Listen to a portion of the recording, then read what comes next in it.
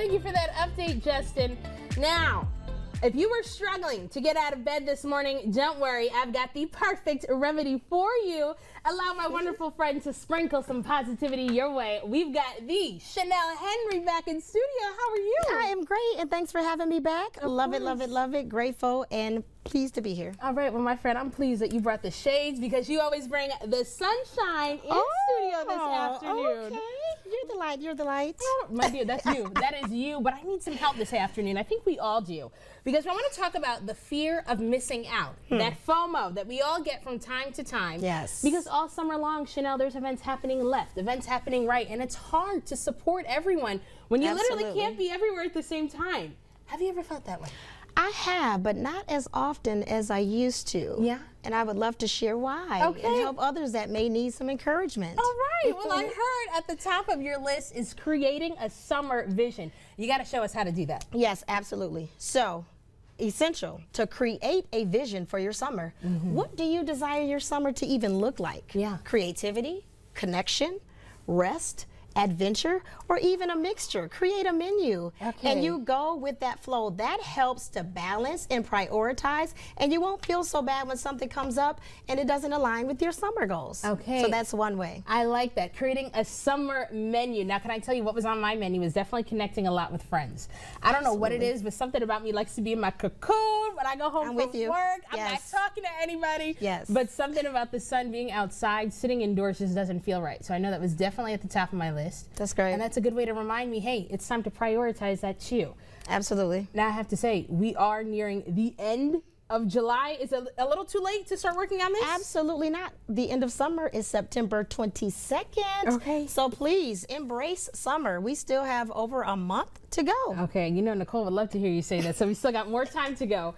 Now, something you also mentioned was scheduling unplugged days. Now, what does that mean and how do we do that? Absolutely. So I brought a calendar here. This is for August. It is so important that you schedule unplugged days. As you can see here, the 22nd through the 24th. Shanell is unplugging. Shanell Unplugged. Here I have Shanell Unplugged. And there will be more, but when you're intentional to leave gaps in your calendar, it helps you to get that rest when you unplug. And rest is always added value for your life. We need rest. It helps us to recharge, and it also lessens the anxiety of us worried about guilt to what we cannot make. Be okay. You cannot make it. You can't make everything all the time and be everywhere. That's right, absolutely. When you schedule that unplug, you allow yourself, like you said, to rest, to recharge, and really soak up everything it is that we plan. Yes. And can I just say, it sounds like you have an adventurous summer.